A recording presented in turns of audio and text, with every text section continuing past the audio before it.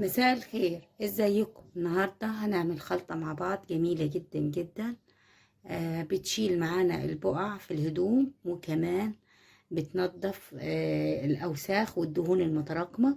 لو ليها سنين عندك بتشيلها بكل سهولة، قاهرة للدهون والأوساخ المتراكمة بأمانة. جميلة جدا، خلطة سحرية وحصري من قناتي، جميلة جدا جدا وعن تجربة. أنا مش بستغنى عنها في البيت، دايما بجهزها وبعملها وبنظف بيها جميع الأغراض اللي في البيت. هنبدأ الخلطة بتاعتنا مع بعض، ويا رب كده الفيديو ينال إعجابكم. وإذا عجبكم الفيديو شير ولايك للفيديو، تفعيل زر الجرس علشان يوصلك كل جديد من فيديوهاتي على اليوتيوب وعلى صفحتي على الفيسبوك. ويلا بينا نشوف الطريقة والمقادير بتاعتنا مع بعض. أول حاجة هنا هحتاج كوباية مية، طبعا كل واحدة تعمل الكمية اللي تناسبها. هنزل على المية ب3 معالق كبار من النشا،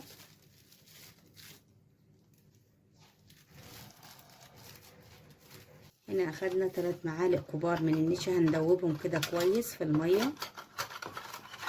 معانا هنا كوباية سائل مواعين، اي سائل مواعين معاكي تستخدميه، يا ريت ما يكونش مخفف، يكون تقيل. طبعا كل مكون ننزل بيه لازم نقلبه كويس. هنا معانا نص كوباية مية، نفس الكوباية اللي استخدمنا فيها البريل. هنزل هنا بنص معلقة من الدنكار. الدنكار هينضف معانا حلو خالص في التنظيف الهدوم. وهنزل كمان بنص معلقة بيكربونات الصوديوم كده، ونقلبهم كده كويس لحد ما يدوبوا معانا. هنا بعد ما دوبنا نص معلقة الدنكار ونص معلقة البيكربونات الصوديوم، هننزل كده عليها على الخلطة بتاعتنا كده،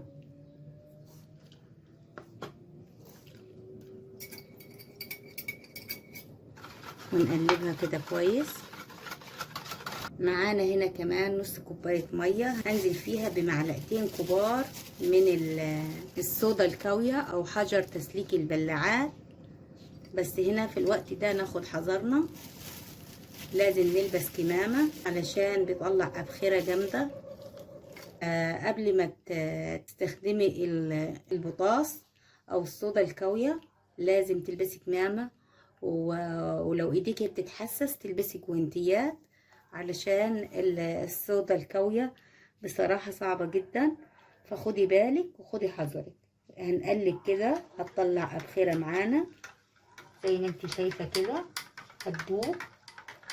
قلبيها بالراحة زي ما انت شايفة كده، هي دابت معانا وكمان سخنت. هننزل على الخلطة بتاعتنا كده بالتدريج ونقلب زي ما انت شايفة. الخلطة بتاعتنا تقلت اهي، لسه هنضيف كمان مكون تاني. هنا بعد ما قلبنا الخليط بتاعنا وجهز معانا اهو تقل زي ما انت شايفة كده. معانا هنا كمان بشر صابونة غسيل. انا بشرت صابونة الغسيل بالشكل ده. صابونة الغسيل دي انا عاملاها معاكم على القناة، جميلة جدا جدا وبتنظف وقهر كمان للدهون، وبتلمع معانا الالومنيوم، جميلة جدا جدا. وكمان بتشيل القشرة من الشعر، لو عندك قشرة في شعرك استخدميها بأمانة، هتشيل القشرة من الشعر زي ما انت شايفة كده. هننزل عليها بكوباية مية سخنة وندوبها.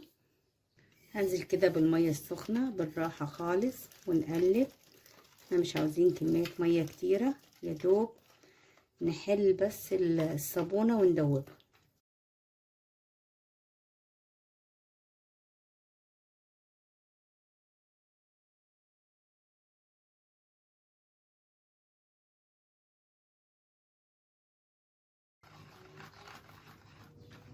زي ما انت شايفة كده الصابونة دابت معانا اهي. هنزل بيها في الخلطة بتاعتنا اللي احنا جهزناها مع بعض، وهنقلب كده الخلطة بتاعتنا مع بعض زي ما انت شايفة كده الخلطة بتاعتنا جهزت معانا. نبدأ ننظف بيها اي حاجات معانا متوسخة، دهون متراكمة، بقع في الهدوم، بوتاجاز محروق.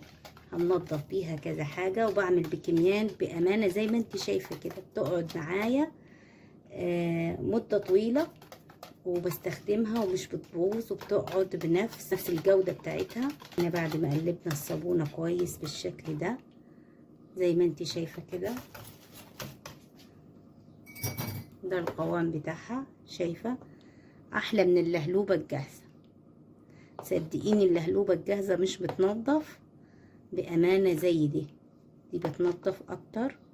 زي ما انت شايفة كده كده جهزت معانا. هننظف بيها جميع حاجة. طبعا ملحوظة، خدي حذرك، مجرد ما تعمليها ممكن تسيبيها لتاني يوم او تالت يوم. ليه؟ لما تستخدميها عشان البطاس ما يأثرش على ايديك. لو انت مستعجلة وعايزة تستخدميها بسرعة، البسي جوانتيات في ايديك عشان البطاس ما يأثرش على ايديك.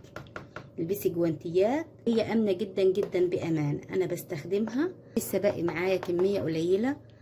انا بستخدمها باستمرار زي ما انت شايفة كده. هنشوف الطريقة مع بعض وقد ايه هي جميلة جدا وبتنظف معانا. في واحدة من المتابعين معايا على القناة كانت محتاجة اني انضف لها المفاتيح بتاعة البوتاجاز. انا هنضف معاكم المفاتيح بتاعة البوتاجاز، وهنضف معاكم كذا حاجة بيها وهنشوفها مع بعض. معانا هنا المفاتيح بتاعة البوتاجاز، وكمان هننضف الاشعال الذاتي مع بعض. هنروح عند البوتاجاز هنشوف ازاي هننضف الاشعال الذاتي. زي ما انت شايفة الاوساخ المتراكمة على المفاتيح بتاعت البوتاجاز زي ما انت شايفة كده. هننضفها مع بعض وهنشوف ازاي قد ايه هي هتنضف معانا. هناخد كده من الخلطة دي عليها كده حبة ونقلبهم كده. هنسيب الخلطة دي على المفاتيح بتاعت البوتاجاز لمدة 10 دقايق كده، وبعد كده نرجع ننضفهم مع بعض ونشوف قد ايه هم هينضفوا معانا. كده غلفناهم كويس بالخلطة بتاعتنا اهو. ويلا بينا نروح للبوتاجاز ونشوف الاشعال الذاتي بتاع البوتاجاز ازاي هننضفه وازاي هيشتغل معانا هنا الاشعال الذاتي اهو. بدنا حبة من الخلطة بتاعتنا في طبق علشان ما ندعكش الخلطة كلها بتاعتنا. هندهن بيها كده. طبعا انت زي ما قلت لك لو انت هتستخدميها زي انا كده على طول خدي حذرك والبسي جوانتيات، او تستخدميها بفرشة زي ما انا مستخدمها. شوفي هنطلع الاوساخ دي زي ما انت شايفة كده. بصي كل الاوساخ دي هتخرج معاكي بكل سهولة، والمفاتيح دي هتشتغل معاكي. هندهن كده البوتاجاز بتاعنا كويس. هنسيبه طبعا على البوتاجاز لمدة 10 دقايق كمان. زي ما انت شايفة هنبتدي ننظف البوتاجاز بتاعنا. خلي بالك بصي كده من غير دعك. بصي يا دوب بمشي السلكة على الاوساخ بتخرج معايا بكل سهولة زي ما انت شايفة كده. بصي لو ليها سنين عندك الدهون متراكمة والزراير دي مش راضية تتحرك،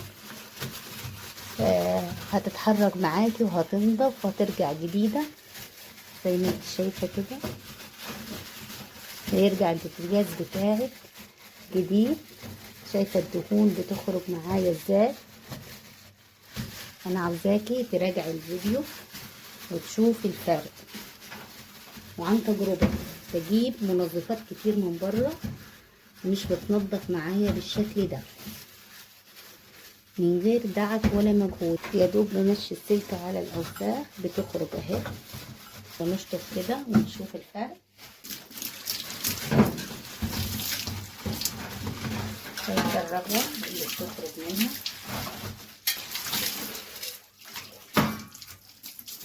أمانة قوليلي ايه رأيك في التعليقات، في فرق ولا مفيش؟ اشتغلوا معانا زي ما انت شايفة كده. حاجة كده جميلة جدا، نطفت معانا بكل سهولة والاوساخ خرجت منها اهي زي الاول واحسن. رجعناه جديد من تاني زي ما انت شايفة كده. وزي ما انت شايفة كده المفاتيح بتاعة البوتاجاز، شايفة كمية الاوساخ، اللون بتاع المعجون اللي احنا عملناه مع بعض اتغير ازاي. الاوساخ كلها اتشالت زي ما انت شايفة كده. بصي شايفة الاوساخ اللي نزلت، شايفة؟ يعني ممكن تعمليها وتعملي منها مشروع في البيت. يعني ممكن اي حد يطلبها منك تعمليها له وتبيعيها. بصي كمية الاوساخ اللي نزلت، يصدق تاخدي تخرج. بصي بدون سلكة، شايفة بتخرج ازاي؟ حاجة كده سهل بدون سلك بيخرج معانا. اوساخ الدنيا المتراكمة هتخرج معانا. بصي هنجيب سلكة كده ونغسل واحدة واحدة.